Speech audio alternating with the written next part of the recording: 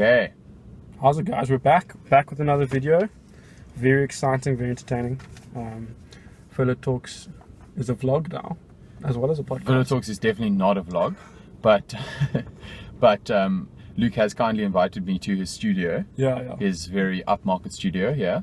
Yeah. It's situated in Fishhook today, although For now, its mobility is extreme. yeah. One of the most movable studios of all time. Yeah. It's lovely. The southeast is pumping outside, Extreme. so if you hear any wind interference, then you know what that is. Yeah. We thought we were itching a bit to record something and just Get it out there. talk about something maybe a slightly lighter note. I think the third podcast that is coming out soon. Soon. In fact, promise. it may be out when you view this. Hopefully. Got quite dense. We talked about ethics, and it was quite hectic. I think we even got sidetracked for a while talking about some politics. As we always do. As we always do, as someone who knows us.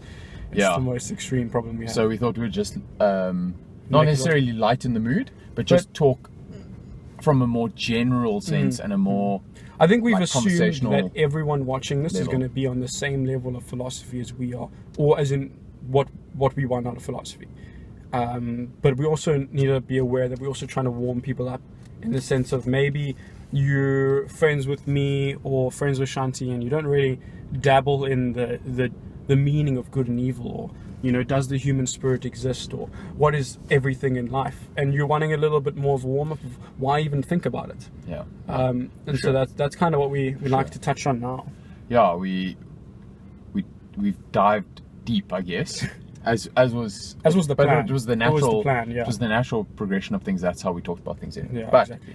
basically, getting to today, what we want to talk about is just like what philosophical thought and critical thought does for us, and why, or humanity in general, us as people, as humans, as existing, and why we should kind of approach life and information from a critical perspective.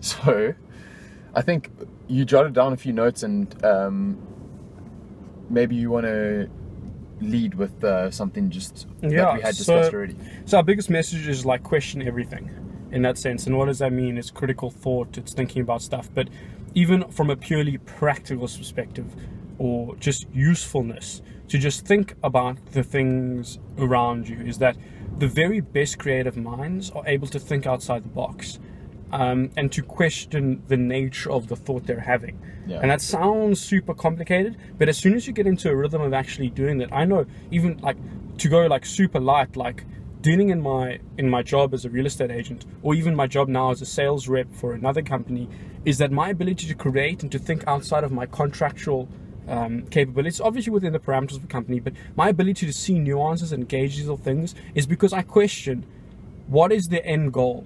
What am I trying to achieve here, and how do I best move things to get there? And that's a form of philosophy, the critical thought, the question everything. You basically you want to find a path to your end goal that resonates with you, and that may be because you want to do it in the most efficient way. You may want to do it in a way that most interests you. If it's like training for something, or basically you focused on the path in a big way. Obviously knowing where you're going, but that rhymed. Knowing your goal, but you like focusing on the path to get you there. To say it in a really cliched way. But I think you basically said it in your own words. But maybe just from my side, I think it's like when we say question everything and critically think about all the information you receive from the world around you. Like we get a lot of feedback from the world all the time. Like there's a lot of information inflowing, right? And I think what we definitely want to do and would like to see happening more in the world is people like processing that information in a critical way within themselves, So we call this, what we're discussing now is the flow of information, is that there's two sets. Right. There's the flow in and the flow out, and then there's the constant intake.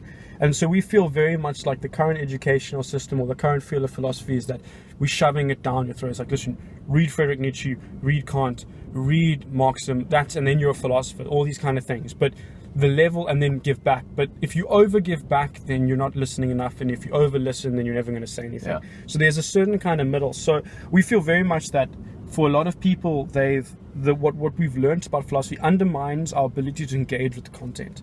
Because real philosophy is creation.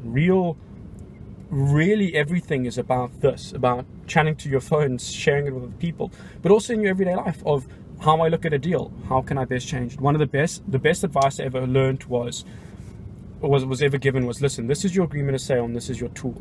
Know it back and forth, forward, backwards, 360 degrees, flip it upside down, all these other things, because that gives you the ability to do other things. And so when we say question everything, it's the process of knowing your agreement of sale or knowing your parameters or knowing your life so that you can flip it back and forth in your mental thing to try and get to the best solution. That's a nice analogy. I think about it. Yeah, that just reminded me of the thing I said to you a couple of moments ago when we were discussing it off camera, was like saying to people, like, question everything, like criticize everything in a way, like in a constructive way. Doesn't mean like you told and taught all these things and they're all bad. Like that's not what we're saying at all. Like there's a lot of information that you're gonna take in, you're gonna criticize, and you're gonna critically think about it, and you're gonna be like, that's hell of a useful. Like I can apply this in a lot of ways in my life.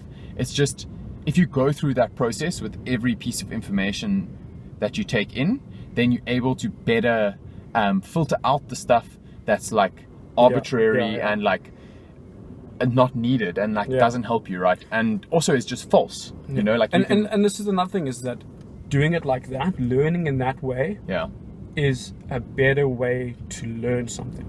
Once you've made that conscious decision of, I've thought about all these parameters, I've thought about the reason why, and I still believe in this thing, you're much better equipped for life after that. That you've now put that stake in the sand for yourself, because I can tell you my views on morality, my views on doing business, my views on anything, but until you as an individual process that yourself, and which is really the act of philosophy, is you process that self and take your own stick and be like, boom, this is it, this is what I want, boom. You're in such a better position to deal with the ramifications of life, of having an opinion. As well as the reverse of defending, as well as spreading it, as well as understanding your own life, instead of, I believe this because someone else told me. Okay, quickly before we end off, just a couple of examples of this type of thing is, like, for example, when it comes to opinion in life, like if you are an atheist, you should know like a lot about religion. Like you can't just, if you're an atheist, bash something because you don't know about it. Like don't bash things or don't not believe in things because you don't know anything about them. Right? Exactly. If you believe in capitalism, like you should really know things about the market. You should study the history of the market. You should understand how free market systems have worked in the past, and like the history of the free market and the industrialization of the world, for example. So it's just like that type of thing. You need to. And I hear how really we sound question when we say you should. I hear how we sound, and I definitely can hear it, because that's always how Shanti's spoken to me. But what we're trying to explain is that if you want to be able to defend your opinion, this is how you do it. Right. Is that you don't listen. Flip. If you want to believe in unicorns all you want, listen, go off, believe in unicorns. But if you want to sit down with me and explain why you believe in unicorns, and you don't want me to ask you questions that are hard for you to answer, and you want to run off and just say you want to carry on believing in unicorns because you don't want to answer my questions, that's not going to happen. Is that I'm going to ask you why, and I'm going to explore it, and I'm going to challenge you. And in that process, in my own philosophical thing, is that if you can convert me into believing unicorns, go for it. But you can't just say things. Well, you can. You can. Okay. What we're saying is, say you can just say things. You slipped into Shanti mode there, where you're telling people other things. Don't just say things. I know I do sound like that. So I think what you really summing it up well is that, like, live your life however you want, believe in whatever you want, but understand that there's something special about critical thought, and it's more rewarding. And and just evaluating everything you think about. And yeah, that's our goal. That was such of a this whole thing. good wrap up. So yeah, Literally. thanks for watching, Yeah. and we'll see you next time. Yeah, have a good day, week, year, life. That's my sign off. Cheers.